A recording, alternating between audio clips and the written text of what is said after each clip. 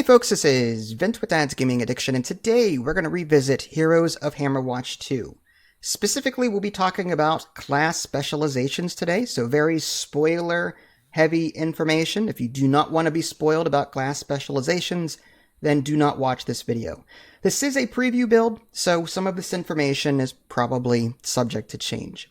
So, before we get started, what are class specializations? Well, when a character reaches level 10, they'll be able to walk over to this guy here and choose one of 3 different class promotions or specializations. I've got my Paladin here, and I've got Justice, Divine, and Radiance to choose between. And you can swap between them at will. So you could play with Radiance for a while, then switch over to Justice. It's really cool. And we're going to jump over to the skill trainer because you're probably wondering, okay, well, let's say I throw skill points into those specializations. If I switch specializations, what happens to those skill points? So let's go ahead as an example, pull this up. Now, as I said in the last video, these last 2 columns in the skill tree are reserved for your class specializations that you have chosen at the time. If I were to switch to a different specialization, these 2 columns would change to reflect those new skills. Now, in this particular specialization, I've got 22 points to spend, and I've put 5 points into Judgment. Just remember that. I've got 22 points to spend, and I've got 5 points already in the Judgment tree.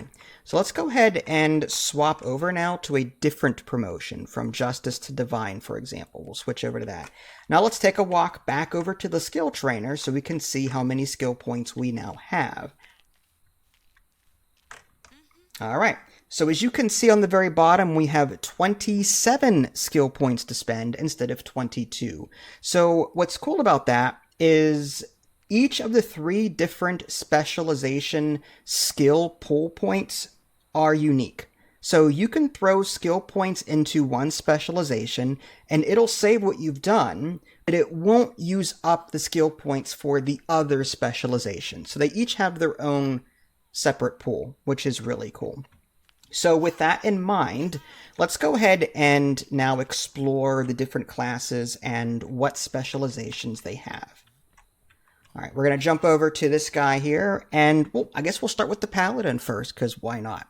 So I'm not going to go over basic skills. I've already done that in the prior video. If you want to see the basic skills that each class has, go check out my prior video. If I remember, I'll put a link in the below description for you. So the Paladin, let's go ahead and start with the Paladin. And this is the Divine specialization. The Divine specialization has an active ability called Divine Pillars. You summon pillars of heavenly light to explode at your location, dealing physical damage and inflicting blindness. And as a passive ability, taking damage when below half health has a chance to grant you a buff of invulnerability for a brief period. This effect has a cooldown. Okay, now to quickly show you what that skill looks like, the active one anyway, I'm going to just jump down here and hit the button for that. That is the specialization skill right there. Okay, let's jump back up here. I'm not going to walk all the way up to the dummy every single time. I figured you guys have more important things to do. So, all right, let's jump over to the Radiance tree. That one has Immolation. You charge up a massive explosion that is unleashed when you release the spell, dealing fire damage to all enemies around you. And then finally, Inner Flames is the passive ability. Casting spells generate stacks of Inner Flames. While you have stacks of Inner Flames, you gain an aura, dealing fire damage to nearby enemies. And to show you what that active Immolation ability looks like, just kind of run down here and hold in the button. There we go. Nasty stuff. And I just got granted a stack down there, all right, of Inner Flames. Switching over now to Justice. This is the one I'm currently using. The active skill is Judgment. You pass Judgment on random nearby enemies for a duration, striking them with a Divine Hammer, dealing physical damage. And then lastly, the passive ability for that is the Lawbringer. When you block or take damage, you have a chance to inflict disarm and silence to the attacker. To show you what that looks like, I may need the training dummy for this one. Let's just try it. Yeah, there are no enemies in range. So I'm just going to dash up here. It's just a shame there's no training dummy down there. All right, here we go. We're going to hit the button for that.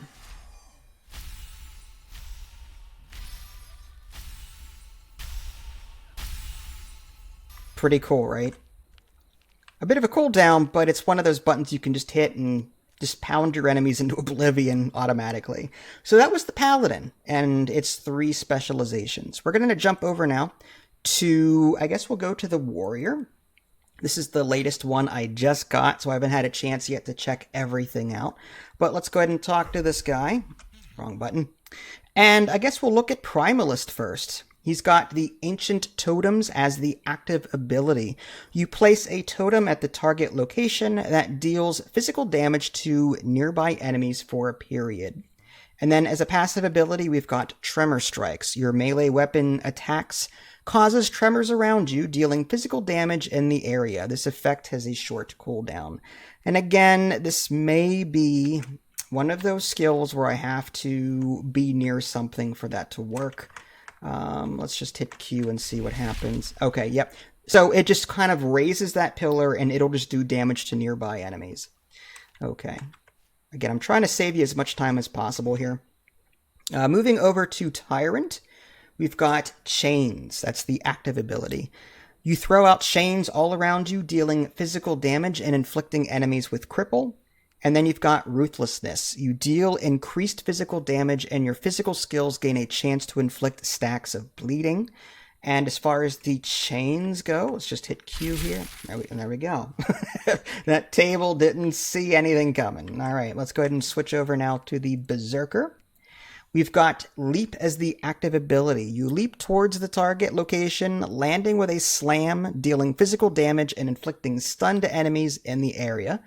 And the passive ability is Rage. Taking damage will grant you a temporary rage buff for a period, increasing your crit chance and crit damage with physical skills. All right, let's go ahead and switch over and see what Leap looks like. I guess we hit Q. It brings up this little targeting thing. There we go. We can just it's a quick hop into the wall, but that's what that looks like. Okay, let's go ahead and switch characters now to Phoenix. That's our Warlock here. And let's see what he's got. Summoning. Summon Fiends is an active ability. Channel the spell to summon fiends by consuming stacks of essence. Fiends attack nearby enemies, dealing physical damage. And Gargoyle Servant passively summons a gargoyle to fight by your side. The gargoyle attacks enemies with its claws and trident, dealing physical damage. I don't know if I'll be able to show you the first skill without essence. I can probably hop up here. I don't know. I guess we'll find out. Okay, we've got essence. Now let's go ahead and activate it. There we go. It's summoning stuff. The big gray thing is the gargoyle, and the little guys are the fiends. But that's what that looks like. All right, let's jump back down here and switch specializations. Moving on to the Souls specialization, we've got Soul Vortex. You conjure a swirling... Let's go ahead and switch that. I hear a lot of flapping in the background. I think that's the gargoyle. Well, that's a bug. I shouldn't have him anymore. Okay, well, what happens if I switch characters and then switch back? There we go.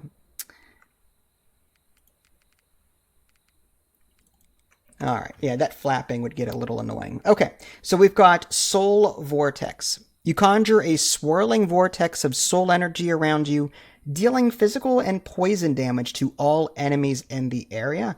And as a passive, Soul Shaper. As long as you have stacks of essence, your main hand weapon attacks unleash a soul projectile towards a random nearby enemy, dealing main hand damage. To show you what that vortex looks like.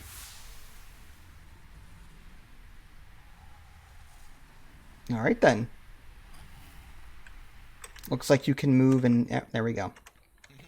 And then lastly, we've got Chaos. Chaos Blade is the active ability.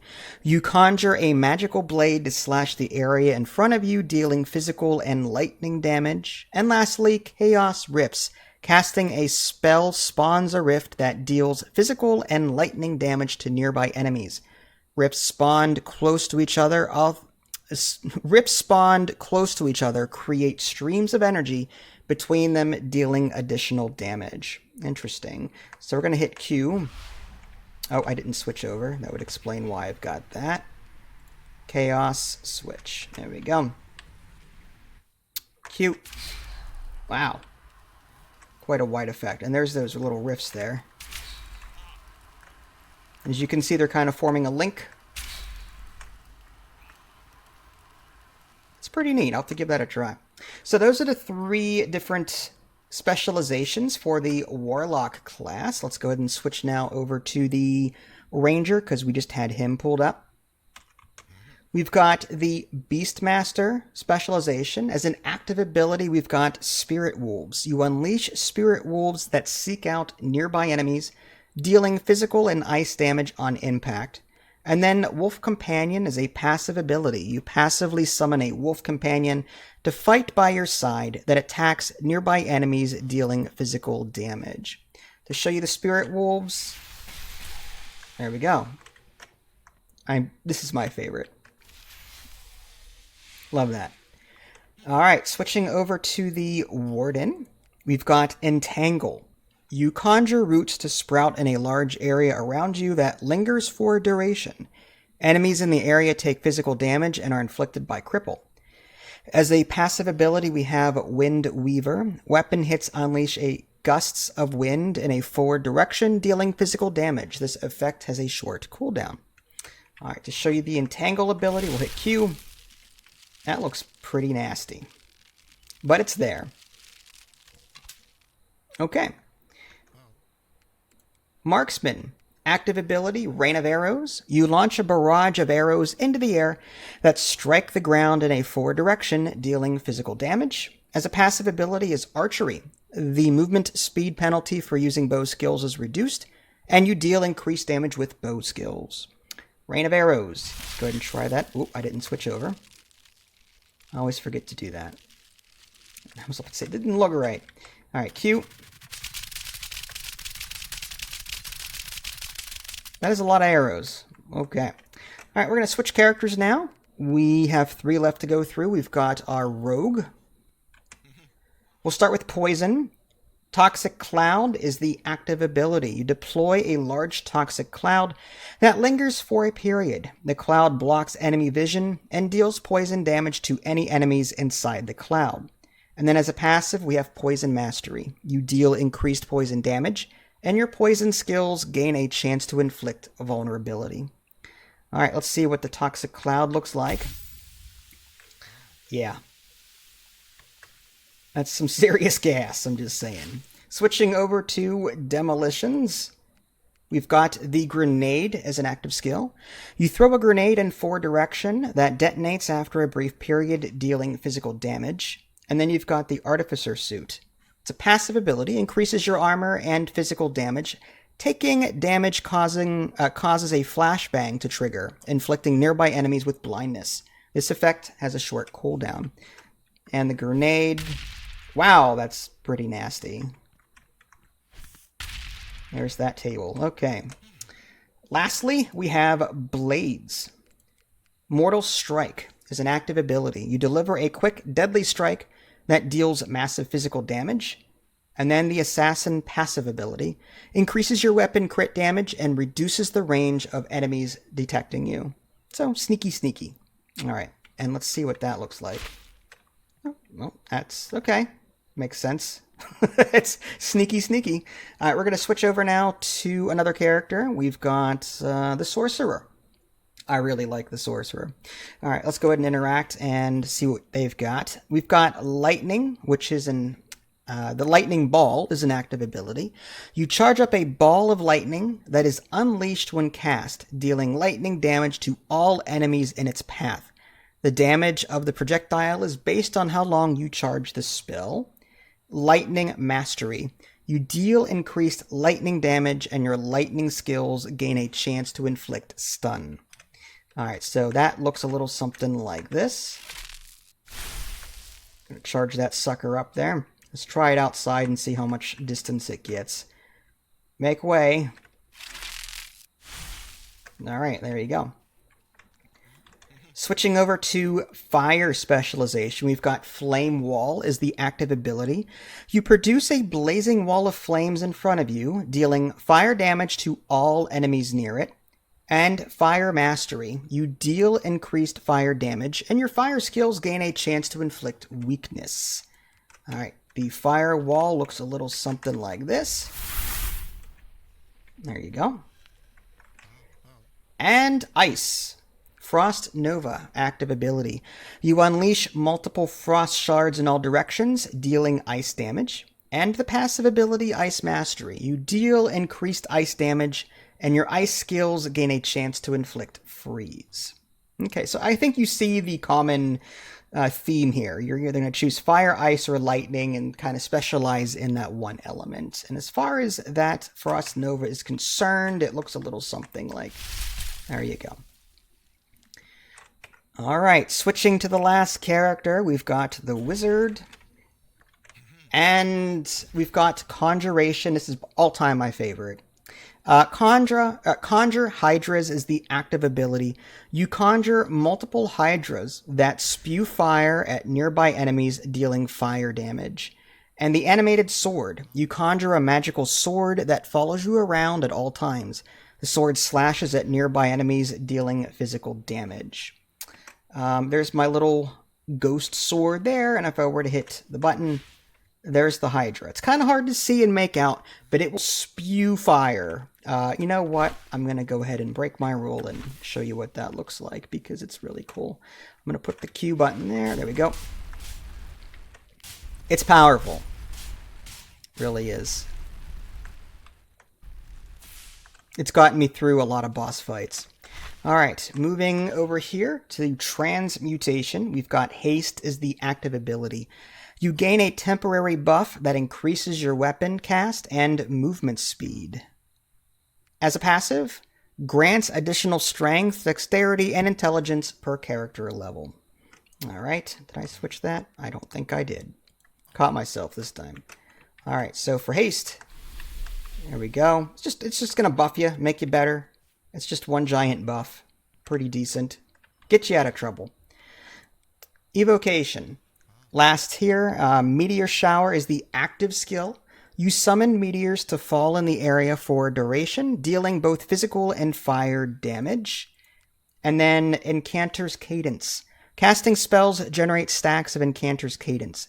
Each stack increases your cast speed and reduces the mana cost of spells. Alright, let's take a look. I guess we're going to save the fireball for last. Well, there you go. Nasty. And there you have it, a quick look at the different class specializations and what you can look forward to should you get these characters to level 10. This is Vince, thanks for watching. I'll catch y'all next time. Take care.